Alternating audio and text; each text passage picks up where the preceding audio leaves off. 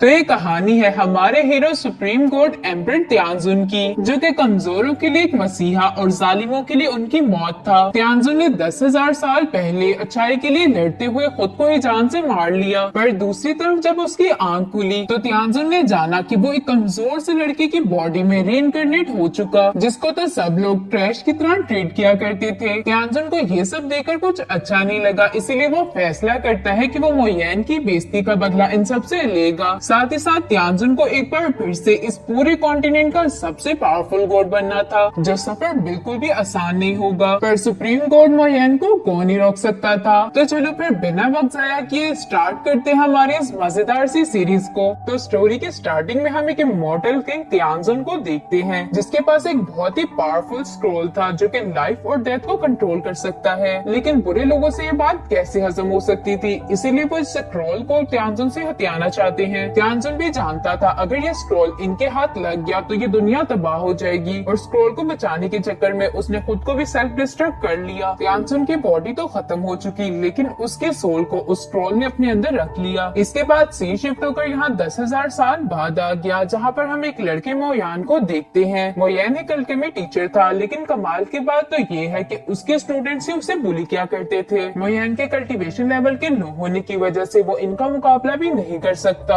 अब हम मोयान के बचपन का सीन देखते हैं, जहाँ पर वो कल्टीवेशन प्रैक्टिस करने की कोशिश कर रहा था, लेकिन वो इसमें कामयाब नहीं हो पाता, जिसकी वजह से उसके फादर ने उसे बायून सिटी भेज दिया, जहाँ पर उसकी एज के ही बच्चे उसे बुली किया करते थे। लेकिन मोयेन की किस्मत तो जल्द ही बदलने वाली है, क्योंकि उसकी बॉडी में एंटर कर चुकी है त्यानजुन इमोर्टल किंग की सोल। त्यानजुन मोयेन की बॉडी में आने के बाद सोच रहा होता है कि आखिर मैं इसी बॉडी में क्यों आया। तभी उसे मोयेन की पास्ट लाइफ की सारी मेमोरीज दिखने लग गई, जिन्हें देखने के बाद त्यानजुन को मालूम हो चुका कि मोयेन के साथ लोगों ने कितना बुरा सलूक किया है, जिस वजह से वो मोयेन से कह रहा था कि आइंदा के बाद कोई भी तुम्हें परेशान नहीं कर पाएगा। मोयेन को यूं बड़बड़ाता हुआ उसी की क्लास के एक बच्चे ने भी देख लिया, जो कि मोयेन से कहने लगा, टीचर आप किससे बात कर रहे थे, क्या आपका दिमाग डैमेज हो चुका है। उसकी ये बात सुनकर क्लास में मौजूद सब बच्चों ने तो हंसना शुरू कर दिया। उन्हें यूं हंसता देख मोयेन को तो गुस्सा आ गया, और वो गुस्से से कहता है कि तुम सब चुप हो जाओ, मुझे ये बताओ कि ये कौन सा साल चल रहा है, क्या तुम लोगों को किसी त्यानजुन के बारे में मालूम है। जिस पर तो वही बदतमीज लड़का जवाब देते हुए कहता है, सर वो तो एक लेजेंड था जो कि 10,000 साल पहले ही मारा जा चुका। जो सुनकर तो मोयेन भी हैरान था। वो कहता है कि 10,000 साल गुजर चुके, मेरे लिए तो सिर्फ ये आंख झपकने के बराबर था। मोयेन अभी ये सब सोच ही रहा था कि अचानक से दो बच्चों ने लड़ना शुरू कर दिया, जो कि एक दूसरे पर स्क्रोल्स को फेंक रहे थे। लेकिन मोयेन ने तो वक्त रहते ही उसे डॉज कर लिया। अब वो उनसे कहता है कि तुम लोग को क्या लगा था कि तुम मुझे बुली कर सकते हो। लेकिन जैसे ही त्यानजुन ने मोयेन की बॉडी की स्ट्रेंथ चेक की तो वो कहता है कि इतनी वीक बॉडी, इसी वजह से तो सब लोग इसे बुली करते हैं। अभी के लिए वो इन बच्चों को कुछ नहीं कह सकता था, जिसकी वजह से वो कहता है हम पढ़ना स्टार्ट करते हैं। तभी उसी क्लास की एक स्टूडेंट शानयू से सवाल करते हुए कहने लगी, सर कल हमें समझ नहीं आया था कि आखिर सिर्फ हम डेड ग्रास को ही क्यों यूज कर सकते हैं। मोयेन उसका ये सवाल सुनकर अपने मन में सोचने लग गया, एल्केमी ये तो मैं इजीली पढ़ा लूंगा। इसके बाद उसने शानयू का जवाब बहुत ही आसानी के साथ दे दिया। जवाब देने के बाद वो शानयू से सवाल करते हुए कहता है, ब्यूटीफुल गर्ल क्या मैंने सही कहा। मोयेन की ये बात सुनकर शानयू को तो गुस्सा ही आ गया। उसे लग रहा था कि मोयेन जैसे डम को इसका जवाब कैसे ही आ सकेगा, और मैं उसकी बेइज्जती कर दूंगी। लेकिन यहाँ पर तो सभी उल्टा हो चुका, क्योंकि उसे थोड़ी मालूम था कि मोयेन की बॉडी में अब एक इमॉर्टल किंग आ चुका, और वो गुस्से से अपनी जगह पर बैठते हुए कहने लगी कि इस बात का जो जवाब मैं खुद भी दे सकती थी। स्पिरिचुअल आर्ट और ओस्मेंटस रूट्स के दरमियान कॉम्बिनेशन बनाने के लिए डेड ग्रास सबसे परफेक्ट होता है। ये तो इतना आसान सवाल था कि इसका जवाब तो कोई भी दे लेगा। मैं इनसे अब जुलिंडन के बारे में सवाल करूंगी, इसके बारे में तो 2 स्टार अल्केमिस्ट को भी नहीं पता होता। सर मोयेन तो बहुत ही दूर है, उन्हें कहाँ ही पता होगा। ये सब सोचने के बाद शानयू तो काफी खुश हो गई। वो कहती है कि अब मजा आएगा। ये कहने के बाद वो मोयेन के पास चली गई और उससे सवाल करते हुए कहने लगी कि क्या आपको जुलिंडन के बारे में मालूम है। जिस पर तो मोयेन उल्टा उसी की बेइज्जती करते हुए कहने लगा, क्या ये एक अल्केमिस्ट से पूछे जाने वाला सबसे बेसिक क्वेश्चन नहीं। मोयेन की बात सुनकर वहाँ मौजूद लोग आपस में बातें करते हुए कहने लगे, हमारी सिटी में तो सिर्फ 1-2 लोग ही ऐसे हैं जो कि जुलिंडन पिल को अच्छे तरीके से बना सकते हैं। शानयू उन सबकी बातों को इग्नोर करते हुए अपने सवाल को आगे बढ़ाकर कहने लगी, जुलिंडन को बनाने के लिए गेनोडर्मा, आयरन रीफ, लो लेवल का ब्लू वुल्फ और साथ ही साथ कुछ मेडिकल हर्ब्स चाहिए होती हैं। इन सब चीजों की मदद की वजह से जुलिंडन अच्छे तरीके से बन जाएगा। लेकिन मैं आपसे ये पूछना चाहती हूँ कि आखिर हमें इसमें ब्लू वुल्फ की जरूरत क्यों होती है। उसकी बात सुनकर मोयेन को तो गुस्सा गुस्सा आ गया। वो गुस्से से कहने लगा कि आखिर ये सब तुम्हें किस बेवकूफ टीचर ने सिखाया। हम लो लेवल ब्लू वुल्फ की जगह 3 मेडिकल हर्ब्स को भी इस्तेमाल कर सकते हैं। मोयन इससे पहले कि अपनी बात को आगे बढ़ा पाता, वही बदतमीज लड़का उसे टोकते हुए कहता है, इससे तो हमारी पैर खराब हो जाएगी। उसके बाद से मोयन तो दोबारा से भड़क गया। वो उसे कहने लगा, पागल इंसान, आखिर ये सब तुमसे किसने कहा। लेकिन वो बदतमीज लड़का भी कहीं पीछे रहने वाला था। वो भी मोयन को जवाब देते हुए कहता है, इस रेसिपी को फर्स्ट जनरेशन में बनाया था और सालों से यही रेसिपी चलती आ रही है, तो आप इसे बदल नहीं सकते। शान्यू को तो यहाँ पर समझ आ चुका था कि मोयन ने बिल्कुल सही कहा है, क्योंकि सेम यही एक्सप्लेनेशन उसके ग्रैंडपा ने उसे दी थी। अब वो मोयन से दोबारा से सवाल करते हुए कहती है कि क्या आप मुझे इस बारे में मजीद बता सकते हैं। ड्रिलिंग को बनाने के लिए हम वैसे विंड वुल्फ का भी इस्तेमाल कर सकते हैं। जो सुनते साथ ही वो बदतमीज लड़का दोबारा से खड़े होते हुए कहने लगा, विंड वुल्फ जो कि सबसे लोवेस्ट ग्रेड का मॉन्स्टर है, उसे हम 3rd ग्रेड की पिल बनाने के लिए कैसे इस्तेमाल कर सकते हैं। लगता है सर नशे में है, जिसकी वजह से उन्हें समझ ही नहीं लग रहा कि वो क्या कह रहे हैं। उसकी बात सुनते साथ ही सारे बच्चों ने तो हंसना शुरू कर दिया। शान्यू भी अपनी सीट पर वापस जाकर बैठ जाती है, क्योंकि उसे मालूम हो चुका कि ये लोग आज उसे कोई सवाल नहीं करने देने वाले। तभी वहाँ पर इसी स्कूल का प्रिंसिपल किसी बंदे के साथ आ गया। वो बंदा मोयन से सवाल करते हुए कहता है कि हम आखिर किस तरह ब्लू वुल्फ को विंड वुल्फ के साथ एक्सचेंज कर सकते हैं, और साथ ही साथ मुझे ये बताओ कि हम इस पिल की स्ट्रेंथ को कैसे इंक्रीज कर सकते हैं। मोयन भी अब उसे सीधे तरीके से कहाँ ही जवाब देने वाला था। वो उससे कहता है कि क्या तुम्हें इस उम्र में बेसिक एल्केमी भी नहीं आती। मोयन के मुंह से ये सारी बातें सुनने के बाद प्रिंसिपल आगे की तरफ आते हुए कहने लगा, मोयन इतनी रूडली इनसे बात मत करो, क्या तुम्हें पता भी है कि ये कौन है। इससे पहले कि प्रिंसिपल उस ओल्ड मैन के बारे में बता पाता, उस ओल्ड मैन ने प्रिंसिपल को वहीं पर रोक दिया। मोयन भी अब ओल्ड मैन के कपड़ों की तरफ देखते हुए कहते हैं कि ये कोई ऑर्डिनरी पर्सन तो नहीं लग रहा, शायद ये कोई फेमस बंदा होगा जिसकी वजह से प्रिंसिपल इसके आगे पीछे घूम रहा है। मोयन ने भी अब उसकी बात का जवाब दे ही दिया। वो उसे कहने लगा, हम लोग विंड वुल्फ के साथ पर्पल जेट को इस्तेमाल करेंगे। जो सुनते साथ ही वो ओल्ड मैन कहता है कि हाँ हम ऐसा तो कर सकते हैं, क्योंकि पर्पल जेट के पास तो बहुत ज्यादा स्पिरिचुअल एनर्जी होती है, जबकि विंड वुल्फ के पास बिल्कुल भी नहीं। तो ये दोनों एक दूसरे को बैलेंस करेंगे। इससे तो हमारी पिल की क्वालिटी भी इंक्रीज हो जाएगी। तुम तो काफी ज्यादा अक्लमंद हो। ये सब कहने के बाद वो ओल्ड मैन अपना नाम बताता है। उसका नाम था मूवेन। मूवेन का नाम सुनते ही क्लास में मौजूद सब बच्चे तो हैरान हो गए, क्योंकि मूवेन तो इस सिटी का सबसे अच्छा एल्केमिस्ट था। प्रिंसिपल भी यहाँ पर मोयन को देखते हुए अपने मन में सोच रहे थे, ये पहले तो बिल्कुल भी ऐसा नहीं था, आज पता नहीं इसे क्या हो गया, क्योंकि ये तो 2 सिमिलर ग्लास के दरमियान फर्क भी नहीं कर सकता था, और आज देखो ये उसी की रिप्लेसमेंट बता रहा है। अगर इसके पास इतनी ही नॉलेज थी तो इसने पहले मुझसे ये सब क्यों छुपाया। क्लास में मौजूद स्टूडेंट्स ने भी आपस में बात करनी शुरू कर दी थी। अल्केमिस्ट मूवेन की रिस्पेक्ट तो रॉयल फैमिली भी करती है, और पूरे एम्पायर में सिर्फ ये इकलौते ही 8 स्टार अल्केमिस्ट हैं। अब मूवेन मोयन से कहता है कि मैं आपसे एक और सवाल करना चाहता हूँ, जिस पर तो मोयन ने भी उसे इजाजत दे दी। अब वो सवाल करते हुए मोयन से कहने लगा कि हम ब्लड पिल की पावर को किस तरह इंक्रीज कर सकते हैं, जिसका जवाब तो मोयन ने चंद ही सेकंड्स में दे दिया। वो उससे कहता है कि ब्लड ग्रास रूट्स को यूज करके। मोयन की ये बात सुनकर ओल्ड मैन तो हैरान ही रह गया। वो उसे कहता है कि आप जैसा महान अल्केमिस्ट इतनी छोटी सी एकेडमी में क्या कर रहे हैं। मैं आपसे बैठकर बात करना चाहता हूँ, क्योंकि मुझे कुछ और सवालों के भी जवाब चाहिए। लेकिन मोयन के तो घर जाने का टाइम हो चुका। वो उसे मना करते हुए कहता है कि आप मुझे माफ करें, मेरी क्लास खत्म हो चुकी है, अब मैं घर जा रहा हूँ। जिससे प्रिंसिपल को तो बहुत गुस्सा आ गया। वो मोयन से कहने लगे, मिस्टर वैन कभी कभार ही किसी से सवाल करते हैं, तुम्हें यही रुककर उनका जवाब देना चाहिए। वो ये सब अभी कह ही रहा था कि मिस्टर वैन ने उसकी तरफ देखा, जिसकी वजह से तो प्रिंसिपल को भी चुप करना पड़ा। मिस्टर वैन अब मोयन से रिक्वेस्ट करते हुए कहने लगे, क्या मैं आपके साथ चल सकता हूँ, जिसके लिए तो मोयन भी एग्री हो गया। प्रिंसिपल तो पीछे की तरफ खड़ा अपने मन में कह रहा था, मोयन अगर तुमने आज मिस्टर वैन को गुस्सा दिलाया तो मैं तुम्हें इसकी पनिशमेंट जरूर दूंगा। फाइनली मोयन भी अब अपने घर पहुंच चुका था, जहाँ पर एक सर्वेंट आकर उसे बताता है कि लिविंग हॉल में एल्डर्स और आपके पेरेंट्स आपका वेट कर रहे हैं। रास्ते में त्याजुन को मोयन की पास्ट लाइफ की कुछ मेमोरीज भी याद आई, जहाँ पर चीफ ऑफ द सर्वेंट्स ने सारे सर्वेंट्स को उनके महीने की सैलरी दे दी। लेकिन जब मोयन उसे अपनी सैलरी लेने के लिए गया तो उसने ये कहते हुए मोयन को मना कर दिया कि तुम्हारी सैलरी को मैंने सेव करके रख लिया है। कि रास्ते में उसे वही चीफ ऑफ सर्वेंट मिल गया जिसने मोयन को रोक लिया। मोयन अब उसे कहता है कि आखिर तुम्हें क्या मसला है, जिस पर वो मोयन से कहता है कि तुम्हें क्या हो गया, तुम्हें तो मुझसे पूछना चाहिए था कि तुम्हारा क्या हाल चाल है, क्या वो सब तुम भूल चुके जो कि मैंने तुम्हें सिखाया था। फैमिली के एल्डर्स आज इकट्ठा हुए हैं ताकि तुम्हारी शादी की डेट फिक्स की जा सके। तुम्हें बस अंदर जाकर हाँ बोलना है। तुम्हें तो खुश होना चाहिए कि तुम्हारे जैसे कचरे को कोई लड़की दे रहा है। अब यहाँ खड़े होके मेरा मुंह क्या देख रहे हो, जाओ जल्दी अंदर। उसकी सारी बातें सुनने के बाद मिस्टर वैन कहने लग गए, आखिर एक सर्वेंट अपने मास्टर की बेइज्जती कैसे कर सकता है, ये तो बहुत ज्यादा हो गया। मोयन भी अब पहले की तरह थोड़ी था जो कि उसकी सारी बातें सुनकर आगे की तरफ चला जाए। उल्टा मोयन ने तो उसके पास जाते हुए एक जोरदार झापड़ उसके मुंह पर लगा दिया, जिससे तो वो चीफ ऑफ सर्वेंट चीख उठा कि आखिर तुम्हारी हिम्मत भी कैसे हुई मुझे मारने की। मोयन ने तो उसकी बात का कोई भी जवाब ना देते हुए उल्टा एक और जोरदार मुक्का उसके मुंह पर जड़ दिया, जिसकी वजह से तो वो दूर जाकर गिर गया। उस चीफ ऑफ सर्वेंट को भी कुछ समझ नहीं आ रही थी कि आखिर मोयन को क्या हो चुका। पहले तो ऐसा उसने कभी कुछ नहीं किया। मोयन अब उसके पास आते हुए उसे कहता है, याद रखो कि तुम मेरे सर्वेंट हो और मैं तुम्हारा मास्टर। अगर तुमने फ्यूचर में मुझे गुस्सा दिलाने की कोशिश की तो मैं तुम्हें जान से मार दूंगा। ये कहते साथ ही मोयन यहाँ से जाने लगा। अब वो अपने हाथों को देखते हुए कहता है कि जितना मैंने सोचा था इसकी फिजिकल बॉडी तो उससे भी ज्यादा वीक है। सबसे पहले तो मुझे इस पर काम करना होगा। प्रिंसिपल भी अब मिस्टर वैन को बता रहे थे कि आज से पहले मोयन ने ऐसा कुछ नहीं किया। हमेशा से ही लोग इसे बुली करते आए हैं, लेकिन आज तो बिल्कुल मोयन बदल ही गया। इसके बाद सीन शिफ्ट होकर यहाँ लिविंग हॉल के अंदर आ गया, जहाँ पर मोयन का फादर और बाकी के एल्डर्स बैठे हुए थे। मोयन का फादर किन फैमिली के हेड से कहता है, मेरा बेटा मुंह इतना ज्यादा लोगों में घुलता मिलता नहीं और ना ही वो इतनी ज्यादा बात करता है। तभी वहाँ पर मोयन भी पहुँच गया। मोयन का फादर उसे किन फैमिली से इंट्रोड्यूस करवाते हुए कहने लगा कि ये चेयरमैन किन है और ये इनकी बेटी किन मेंग्यू है। मिस किन ने यहाँ पर एक मास्क पहना हुआ था, जिसे देखते हुए मोयन अपने मन में कह रहा था, क्या ये इसने इसलिए लगाया है क्योंकि ये बहुत खूबसूरत है, या ये भी तो हो सकता है कि ये मास्क इसलिए लगाती हूँ क्योंकि ये अंदर से चुड़ैल जैसी दिखती है। मुझे तो सोचकर भी डर ही लग रहा है। मोयन अभी मिस किन के बारे में ये सब सोच ही रहा था, तभी उसका फादर उसे कहता है, मैंने तुम्हारी शादी के लिए मिस किन को पसंद कर लिया और ये एक बहुत ही अच्छी फैमिली है। उन सबको तो यही लग रहा था कि मोयन बस यहाँ पर आएगा और हाँ कहकर चला जाएगा, लेकिन मोयन अब कोई बच्चा थोड़ी जिसे जो भी पकड़ाओगे वो ले लेगा। वो अपने फादर को मना करते हुए कहता है कि मैं मिस किन से शादी नहीं करना चाहता। मोयन के मुंह से बात सुनकर एल्डर फेंग युआन को तो गुस्सा आ गया, क्योंकि इन दोनों की शादी की वजह से इन्हें काफी फायदा होने वाला था। मोयन को तो एल्डर फेंग को देखते साथ ही अपने बचपन का सीन याद आ गया, जहाँ पर इसी का पौधा मोयन को मारा करता था, क्योंकि एल्डर फेंग ने उसे कहा था, अगर तुम इसे मारकर आओगे तो मैं तुम्हें एक स्पिरिचुअल स्टोन दूंगा, जिसकी वजह से वो रोज ही मोयन को बुली करते थे। एल्डर फेंग युआन यहाँ पर गुस्से से मोयन से कहने लगे, तुमने मिस किन को देखा भी है कि वो कितनी खूबसूरत है। वो तुमसे शादी इसलिए कर रही है कि हमारी फैमिली को बेनिफिट हो सके। तुम्हारी औकात सिर्फ हमारी फैमिली में कूड़े के बराबर है। तुमसे आखिर शादी भी कौन करना चाहेगा। ये तो गनीमत जानो कि मिस किन तुमसे शादी कर रही है। चेयरमैन कब से तुम्हारी शादी की तैयारियां कर रहे थे, तुम्हें उनका कोई ख्याल है। मोयन को तो इन सारी बातों से कोई फर्क ही नहीं पड़ता था। वो एल्डर फेंग युआन से कहने लगा, आप आहिस्ता बोले, मुझे सुनाई देता है, मैं बहरा नहीं हूँ। आपने मैं खुद ही तो बताया कि मिस किन एक ब्यूटीफुल लेडी और मैं एक ट्रैश, या हम दोनों की मैरिज सुटेबल रहेगी। इससे तो अच्छा है कि आप इसकी शादी अपने पोते मूशिया के साथ करवा दें। वैसे भी वो तो आपको काफी ज्यादा पसंद है और ये भी इतनी ब्यूटीफुल है, दोनों एक साथ अच्छे लगेंगे। जिससे तो एल्डर फेंग युआन इतना भड़क गया कि वो मोयन को मारने ही वाला था, क्योंकि यहाँ पर बहुत सारे लोग मौजूद थे, इसलिए वो ऐसा कर नहीं सकता था। वो जाकर वापस अपनी सीट पर बैठ जाता है। फर्स्ट एल्डर के बैठते साथ ही सेकंड एल्डर को कोई कीड़ा काटने लग गया, जिस वजह से वो खड़ा होते हुए मोयन से कहने लगा, तुमने आज तक अपनी फैमिली के लिए किया ही क्या है। तुम ये चाहते हो कि सारी जिंदगी तुम्हारी फैमिली तुम्हें खिलाए। मोयन अब उसका मुंह बंद करने के लिए उसे जवाब देते हुए कहने लगा, वैसे आपके बेटे तो मुझसे ज्यादा ही खाते हैं, क्या आपको वो मुझसे बेहतर लगते हैं। आज तक उन्होंने भी क्या ही किया है हमारी फैमिली के लिए। मोयन ने तो सेकंड एल्डर की अच्छी खासी बेइज्जती करके रख दी। एल्डर फेंग युआन दोबारा से बीच में बोलता हुआ कहता है, अपने आप को उन लोगों से कंपेयर मत करो, वो हमारी मुंह फैमिली के पिलर्स बनेंगे, क्योंकि वो बहुत ही ज्यादा जीनियस हैं। तुम्हें क्या लगता है तुम हो। मोयन उसकी बात का कोई जवाब दे पाता, इससे पहले ही वो सर्वेंट्स का चीफ लाओ शियू यहाँ पर पहुँच गया, जो कि रोते हुए एल्डर से कहने लगा, यंग मास्टर मोयन ने मुझे 2 दफा थप्पड़ मारा। एल्डर, सेकंड एल्डर और फैमिली के हेड से मैं सिर्फ इंसाफ चाहता हूँ। लाओ शियू को यूँ रोता देख सेकंड एल्डर को तो बहुत गुस्सा आ गया। वो भड़कते हुए मोयन से कहने लगा कि तुम अपनी हद से आगे बढ़ चुके। लाओ शियू को हमारी फैमिली में 20 साल से भी ज्यादा हो चुके, ये हमारी फैमिली के साथ बहुत ही ज्यादा लॉयल है। मोयन, तुम्हारी हिम्मत भी कैसे हुई इस पर हाथ उठाने की। मोयन तो अब उसे एरोगेंटली जवाब देते हुए कहता है, इसने मुझ पर चिल्लाने की हिम्मत की, जिसकी वजह से उसे पहला थप्पड़ पड़ा, साथ ही साथ इसने मेरी इंसल्ट भी की। क्या इसे पनिशमेंट नहीं मिलनी चाहिए थी। सेकंड एल्डर तो मोयन की कोई भी बात सुनने के लिए तैयार ही नहीं था। वो उल्टा मोयन को ही डांटते हुए कहता है कि अपनी बकवास बंद करो, असल मसला तुम हो। तुमने एक सर्वेंट को मारा, क्या तुम्हें फैमिली रूल्स के बारे में नहीं पता। जिस पर मोयन उसे कहता है, अच्छा फैमिली रूल्स, क्या फैमिली रूल्स में ये भी आता है कि आप किसी की जबरदस्ती शादी करवा दें। उसे ये कहने के बाद मोयन अब अपने फादर से कहता है, फादर मैं ये शादी नहीं कर सकता। मोयन के मुंह से बात सुनकर वहाँ मौजूद खुद एल्डर्स और मुयेन का फादर सभी हैरान हो गए कि आखिर मुयेन ये क्या कह रहा है। एल्डर फेंगियान तो यहाँ पर गुस्से से खड़ा होता हुआ कहने लगा, अगर तुम शादी नहीं भी करना चाहते तब भी तुम्हें करनी पड़ेगी। ये कहते साथ ही वो मुयेन पर हाथ उठाने ही वाले थे। अब मुयेन उसे कहता है कि क्या आप मुझे मारना चाहते हैं, लेकिन अफसोस आप ऐसा कर नहीं पाएंगे। ये कहते साथ ही उसने प्रिंसिपल लू को आवाज दे दी। वो उनसे चिल्लाते हुए कह रहा था कि प्रिंसिपल लू, क्या आपको मेरी कोई परवाह नहीं? यहाँ पर लोग मुझे मारने के लिए आ रहे हैं। मैं आपकी अकेडमी का टीचर हूँ, आपको मुझे बचाना चाहिए। प्रिंसिपल लू तो इस मैटर में नहीं पढ़ना चाहते थे, लेकिन मिस्टर वैन की वजह से उन्हें मजबूरन बीच में आना पड़ा। प्रिंसिपल लू भी अंदर की तरफ आते हुए सबसे माफी मांगकर कह रहे थे, प्लीज मुझे इंटरफेयर करने के लिए माफ कर दीजिएगा। अब वो मुयेन के पास आते हुए उससे कहने लगे, लिटिल बास्टर, आखिर तुमने बीच में मुझे क्यों घसीटा? तुम्हें बाद में देख लूंगा। यहाँ मौजूद सब लोगों को मिस्टर वैन के बारे में तो कुछ पता ही नहीं था कि आखिर वो कौन है। प्रिंसिपल लू मिस्टर वैन को चेयर पर बैठने के लिए कह रहे थे, जबकि मिस्टर वैन ने मना करते हुए प्रिंसिपल लू को ही चेयर पर बिठा दिया। एल्डर फेंगयुआन प्रिंसिपल लू के पास आकर उनसे कहता है, मैंने तो एक्सपेक्ट भी नहीं किया था कि आप आज यहाँ पर आएंगे, आपने तो मुझे सरप्राइज ही कर दिया। जिस पर प्रिंसिपल लू उसे जवाब देते हुए कहता है कि ऐसी कोई बात नहीं, मैं बस मुयेन से मिलने के लिए आया था। एल्डर फेंगयुआन अब ये चाहता था कि प्रिंसिपल लू भी मुयेन के खिलाफ हो जाए, जिस वजह से वो उन्हें भड़काने के लिए बोल रहा था। प्रिंसिपल लू, आपने तो सब कुछ सुन ही लिया कि मुयेन हमारे फैमिली रूल्स को बे नहीं कर रहा। मुयेन ने तो हमारे इक्वेटर पर भी हाथ उठा दिया, इसे तो इसके लिए अच्छी सजा मिलनी चाहिए। प्रिंसिपल तो यहाँ पर अपने मन में सोच रहा था, मुयेन मिस्टर वैन को पसंद आ गया, अगर मैं इसे डिफेंड नहीं करता तो ये मेरे लिए मुश्किलात खड़ी कर देंगे, इसलिए मुझे इसका साथ ही देना होगा। ये सब सोचने के बाद प्रिंसिपल लू कहता है, बच्चों की शादी तो वहीं पर करनी चाहिए जहाँ पर उनकी मर्जी हो। चेयरमैन मू, क्या आप ऐसा नहीं सोचते? इससे तो मुयेन का फादर भी एग्री था, लेकिन सेकंड एल्डर को तो मिर्ची लगनी शुरू हो गई, इसीलिए वो प्रिंसिपल लू से कहता है, मुयेन ने तो 10 सालों से हमारी फैमिली के लिए कुछ किया ही नहीं। अब जब किन और मू फैमिली दोनों चाहती है कि इन दोनों की शादी हो जाए, ये गार्बेज ना सिर्फ इसने मिस किन से शादी करने के लिए मना किया, बल्कि मेरे सर्वेंट को भी मारा, जिसने आज तक हमारी मू फैमिली के लिए इतना कुछ किया। मुयेन, तुम्हें तो हम सबके सामने नाक रगड़ माफी मांगनी चाहिए। सेकंड एल्डर के मुंह से ये सारी बातें सुनकर मिस्टर वैन भी खुद को रोक नहीं पाए। वो सेकंड एल्डर से कहते हैं, क्या इस तरह की बातें तुम जैसे एल्डर को करनी चाहिए? उस बटलर ने अपने यंग मास्टर की बेइज्जती की थी, एक थप्पड़ तो अभी भी उसके लिए कम है। तुम जो कि मू फैमिली के एक एल्डर हो, बगैर सोचे समझे कि क्या गलत है और क्या सही, सारा का सारा इल्जाम तुमने मुयेन पर लगा दिया। सेकंड एल्डर को भी अच्छे तरीके से पता था कि यहाँ पर उसी की गलती है, लेकिन वो अपनी बेइज्जती किसी से कैसे ही होने दे सकता था। इसीलिए वो मिस्टर वैन से कहता है, ओल्ड मैन, ये हमारी फैमिली का इंटरनल मैटर है, इससे तुम्हारा कोई लेना देना नहीं। मिस्टर वैन अब उससे कहता है कि हाँ, मेरा इस बात से कोई लेना देना नहीं, लेकिन मैं मुयेन का एक गेस्ट हूँ। यहाँ पर एंटर होते साथ ही मैंने इतनी सारी चीजें देख ली, क्या आप लोग अपने गेस्ट का वेलकम इस तरह से करते हैं? जिस पर तो सेकंड एल्डर सवालिया अंदाज में कहता है, गेस्ट? कौन है गेस्ट? तुम तो हमारे कोई गेस्ट नहीं हो, हमारे गेस्ट तो सिर्फ प्रिंसिपल लू हैं। हमने यहाँ पर तुम्हें इनवाइट नहीं किया, इसलिए तुम दफा हो जाओ यहाँ से। मिस्टर वैन की सेकंड एल्डर से क्यों बेइज्जती होता देख प्रिंसिपल लू को तो बहुत गुस्सा आ गया। वो गुस्से से खड़ा होकर सेकंड एल्डर से कहने लगा, अब बस कर जो, तुम्हारी हिम्मत भी कैसे हुई ये सब कहने की? मिस्टर वैन को मुयेन ने अपने घर एक गेस्ट के तौर पर इनवाइट किया था और तुम उनसे इस तरह रूडली कैसे बात कर सकते हो? मिस्टर वैन का तो नाम सुनते साथ ही ये दोनों एल्डर ही चौंक गए, क्योंकि उन्होंने भी मिस्टर वैन के बारे में सुन रखा था। चेयरमैन किन भी अब यहाँ से जाने वाले थे। चेयरमैन मू उनसे माफी मांगते हुए कहता है कि आज जो कुछ भी हुआ मैं उसके लिए माफी चाहता हूँ। जिस पर चेयरमैन किन उनसे कहता है कि आपको माफी मांगने की कोई जरूरत नहीं, क्योंकि इसमें आपकी कोई गलती नहीं, मेरी बेटी ही बचपन से बीमार है, जिसकी वजह से ये शादी। इससे पहले कि आगे वो कुछ कह पाते, लेकिन चेयरमैन मू उन्हें बीच में ही रोकते हुए कहने लगे, आज पता नहीं कैसे मिस्टर वैन हमारे घर पर आ गए, साथ ही साथ मुयेन का रवैया भी कुछ बदला हुआ था। मैं आज रात में ही उससे इस बारे में बात करता हूँ, वो डेफिनेटली इस मैरिज के लिए मान जाएगा। ये सब सुनने के बाद चेयरमैन किन भी वापस से अपने घर की तरफ रवाना हो गए। रास्ते में मिस किन अपने ग्रैंडपा से कह रही थी, ग्रैंडपा, मैंने तो सुना था कि मुयेन बहुत ही ज्यादा यूजलेस है, लेकिन मुझे देखकर तो ऐसा कुछ नहीं लगा। मेरे ख्याल से मुयेन के बारे में जितने भी रूमर्स थे वो सारे के सारे झूठ हैं। लेकिन मुझे बात की समझ नहीं आ रही कि आखिर मिस्टर मू की रेपुटेशन इतनी ज्यादा खराब किसने कर दी। जिस पर चेयरमैन किन उसे जवाब देते हुए कहता है कि इन सारी बातों से हमारा कोई ताल्लुक नहीं। मुझे लगता है कि अगर तुम्हारी शादी मुयेन के साथ हो गई तो वो तुम्हारी स्ट्रेंज डिजीज का कोई ना कोई हल तो जरूर निकाल लेगा। इसके बाद सीन शिफ्ट होकर यहाँ मुयेन पर आ गया, जिसे तो मिस्टर वैन सवाल पर सवाल किए जा रहे थे। इन सब सवालों की वजह से मुयेन भी काफी पक चुका। वो अपने मन में कह रहा था कि कोई तो इस मिस्टर वैन का मुंह बंद करवा दो।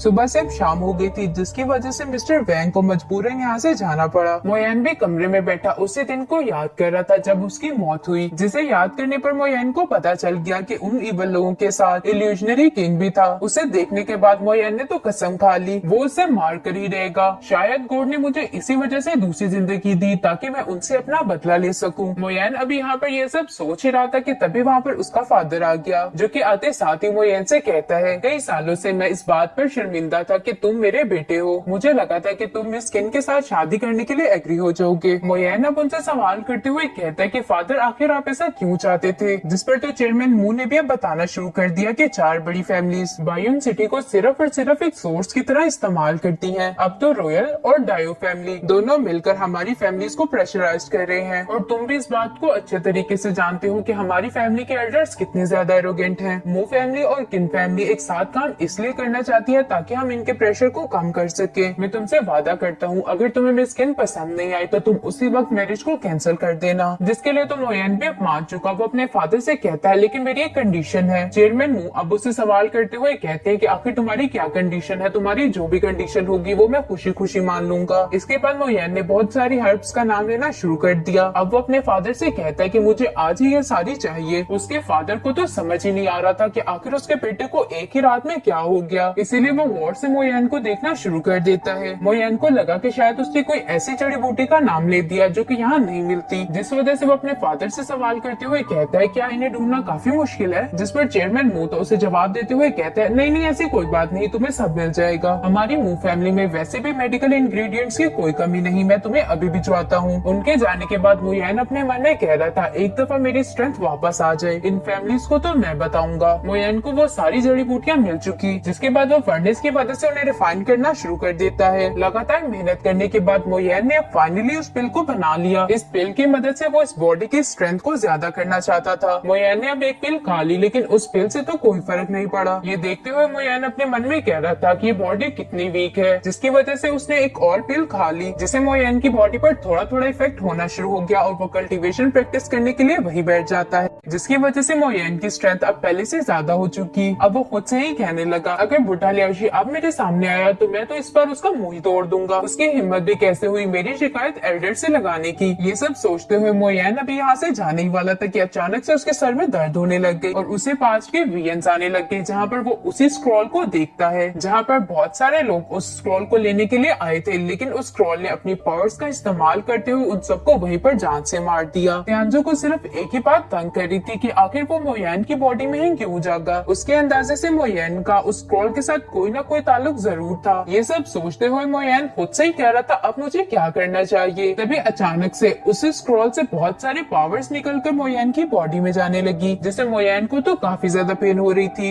इसलिए उसने इस पावर को एब्सॉर्ब करना बंद कर दिया। लेकिन जैसे ही मोयन ने अपने बदले के बारे में सोचा, वो इस सारी तकलीफ को भूलते हुए दोबारा से कल्टीवेशन करने के लिए बैठ गया और उसने दोबारा से स्क्रॉल की पावर्स को एब्सॉर्ब करना शुरू कर दिया। और बहुत देर कल्टीवेशन करने की वजह से अब उसकी स्ट्रेंथ भी पहले से 4 गुना ज्यादा हो चुकी थी। मोयन अभी यहाँ पर खुश हो ही रहा था कि तभी यहाँ पर एक एरोगेंट सा लड़का आ गया, जो कि और कोई नहीं बल्कि सेकंड एल्डर का सन मू चैन था, जिसे तो देखते साथ ही त्यांजुन को फ्लैशबैक आ गया कि कैसे ये मुयन को परेशान किया करता था। मुचेन यहाँ आगे की तरफ आकर मुयन का कॉलर पकड़ते हुए कहने लगा, कुत्ते कमीने तेरी हिम्मत भी कैसे हुई मेरे फादर से ऐसे बात करने की। मुयन तो उसकी सारी बातों को इग्नोर करते हुए यही सोच रहा था। सब लोग इसे जीनियस कहते हैं और ये एक ऐसा जीनियस है जो कि रेलम ऑफ फ्लैश के 5वें स्टेज पर है। मुझे तो ये कोई जीनियस नहीं लगता। मुयन अभी ये सब सोच ही रहा कि मुचेन ने उसके कॉलर की मदद से उसे ऊपर उठा लिया। अब वो मुयन से कहता है कि ये सब तुम्हारी वजह से हुआ, तुमने हेड वेटर को हिट किया। कल तो तुम बहुत बहादुर बन रहे थे और मेरे फादर को भी मजबूर किया कि वो तुम्हारे सामने झुके। तुम्हारे लिए बेहतर यही होगा कि तुम फौरन से जाकर मेरे फादर के सामने घुटनों के बल बैठकर माफी मांगो। लेकिन मुयन के तो उसकी धमकियों से कोई फर्क ही नहीं पड़ता। वो उससे कहता है कि नील डाउन, आई एम सॉरी। जो सुनकर मुचेन उसे कहता है कि हाँ बिल्कुल ऐसे ही, जो कि उसे समझ ही नहीं आया। अब मुचेन दोबारा से मुयन को धमकाते हुए कहने लगा, क्या तुम चाहते हो कि जैसा मैं तुम्हारे साथ बचपन में सलूक करता था वही करूं? ये कहते साथ ही उसने मुयन को छोड़ दिया। त्यांजुन को मुयन के बचपन के फ्लैशबैक आए, जहाँ पर छोटा सा मुयन डरते डरते अपने घर की तरफ जा ही रहा था कि अचानक से किसी ने अपनी पावर्स का इस्तेमाल करते हुए उस पर अटैक कर दिया और वो बंदा और कोई नहीं बल्कि मुचेन था। अब वो मुयन के पास आकर उसके मुंह पर पाँव रखते हुए कहता है, तुम तो एक गार्बेज हो, चलो जल्दी से खड़े हो जाओ और कुत्तों की तरह भौंकना शुरू कर दो। तुम्हें तब तक भौंकना होगा जब तक मैं सेटिस्फाइड नहीं हो जाता। ये लोग तो मुयन के साथ जान जानवरों से भी बुरा सलूक किया करते थे। ये सब याद करने पर त्यानजुन को तो मोयान के लिए काफी बुरा लगा और साथ ही साथ उसे बहुत गुस्सा भी आता है। वो अपने मन में ही मोयान से कह रहा था, मोयान मैं तुम्हारी इस तरह से बेइज्जती कभी दोबारा नहीं होने दूंगा। मूचैन की तो जान को इसमें खून ही नहीं था। वो दोबारा से मोयान की बेइज्जती करते हुए कहने लगा, तुम उधर मुंह उठाकर क्या खड़े हो, जल्दी से अपने घुटनों पर झुककर मुझसे माफी मांगो अगर तुमने मेरी बात ना मानी। याद रखो कि मैं तुम्हारे साथ उतना अच्छा नहीं हो पाऊंगा जितना अच्छा बचपन में था। देखो तो सही, कह तो ऐसे रहा जैसे बचपन में बड़ा उसे फूलों के हार पहनाता रहा है। साथ ही साथ मोयान ये भी कहने लग गया कि मुझे इस बात से कोई फर्क नहीं पड़ता कि तुम्हारे मिस्टर वैन के साथ कितने अच्छे ताल्लुकात हैं। मोयान उसकी सारी बातें सुनने के बाद उसे कहता है कि नील डाउन मैं नहीं बल्कि तुम होगे। मोयान की ये बात सुनकर मूचैन को तो बहुत हंसी आ गई। वो कहता है कि मैं, तुम होश में तो हो? तुम्हें क्या लगता है अगर तुम्हारे थोड़े से रिलेशनशिप मिस्टर वैन के साथ अच्छे हो गए तो तुम मुझे ये सब कह सकते हो? लगता है तुम अपनी औकात भूल चुके, तुम्हें दोबारा से याद दिलवानी पड़ेगी। ये कहते साथ ही मूचैन ने अपनी पावर्स को एक्टिवेट करते हुए मोयान पर अटैक करने के लिए आगे बढ़ गया। वो अब टोंग बाई फिस्ट टेक्निक का इस्तेमाल करते हुए मोयान पर हमला करना चाहता था। मोयान भी अब अपनी पावर्स को एक्टिवेट करते हुए उससे कह रहा था कि आज मैं तुम्हें बताऊंगा कि असल ट्रैश कौन है। और ये कहते साथ ही उसने अपनी जेट डिस्ट्रॉयर टेक्निक का इस्तेमाल कर लिया। अब इन दोनों के पंच एक दूसरे से टकरा चुके थे जिसकी वजह से बहुत ज्यादा एनर्जी निकलना शुरू हो गई। उस एनर्जी की स्ट्रेंथ इतनी ज्यादा थी कि वहाँ पड़ा फर्नेस भी नीचे गिर गया। मूचैन के अंदर इतनी ज्यादा हिम्मत नहीं थी कि वो और ज्यादा मोयान के हमले को रोक सके क्योंकि उसकी उंगलियों में बहुत तेज दर्द होना शुरू हो चुका था और वो चिल्लाते हुए कह रहा था कि मम्मी मुझे बचा लो। लेकिन मोयान भी उसे कहाँ ही बख्शने वाला था। उसने अपनी पावर्स का इस्तेमाल करते हुए उसे दूर पटक दिया। मूचैन तो यहाँ पर जोर जोर से रोते हुए कह रहा था, मेरा हाथ देखो, मेरे हाथ को क्या हो गया। मोयान भी बहुत स्वैग से मूचैन के पास आते हुए उससे सवाल करते हुए कहने लगा, अब बताओ कि ट्रैश कौन है। मूचैन को तो यहाँ पर एक बड़ा धचका लगा क्योंकि उसने कभी सोचा भी नहीं था कि मोयान इतना ताकतवर हो जाएगा। वो खड़े होते हुए मोयान से कहता है कि आखिर तुम इतने पावरफुल कब हुए? तुम तो बस एक ट्रैश हो, सिर्फ ट्रैश। मोयान तो उसकी ये सारी बातों को इग्नोर करते हुए कहता है कि जल्दी भौंको तभी मैं तुम्हें यहाँ से जाने दूंगा। ये कहते साथ ही उसने दोबारा से मूचैन के मुंह पर एक टांग मारते हुए उसे दूर पटक दिया। लेकिन मूचैन तो इतना ढीठ है, वो उसकी बात कहाँ ही मारने वाला था। वो मोयान से कहने लगा कि तुम सिर्फ ख्वाब ही देख रहे हो, ऐसा कभी नहीं होने वाला। जो सुनकर तो मोयान मूचैन के पास आकर उसका हाथ पकड़ते हुए कहता है, मेरी बात पर तुम बिलीव करो या फिर ना करो, अगर मैंने तुम्हारे बाजू को अपनी फिंगर्स की मदद से प्रेस कर दिया तो ये पूरी जिंदगी कभी काम नहीं करेगा। मूचैन तो मोयान से काफी ज्यादा डर चुका, इसलिए वो उससे कहता है कि तुम मेरे साथ ऐसा नहीं कर सकते, मैं तो तुम्हारा भाई हूँ ना। जिस पर मोयान उसे कहता है कि जल्दी भोगना शुरू करो, मेरे पास ज्यादा टाइम नहीं है। ये कहने के फौरन बाद उसने काउंटडाउन करना शुरू कर दिया,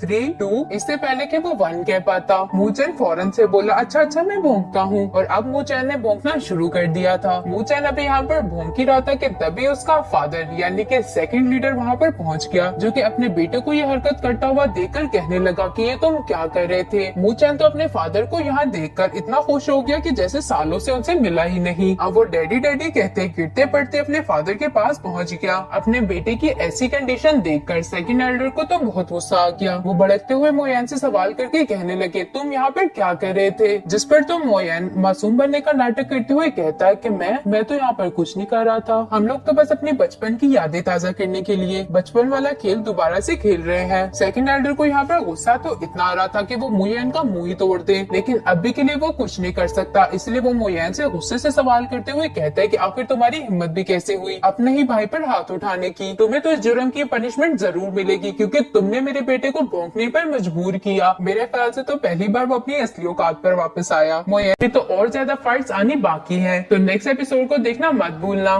तो मिलते हैं अगले एपिसोड में, तब तक के लिए इतना ही। अगर वीडियो अच्छी लगे तो कमेंट करके जरूर बताना।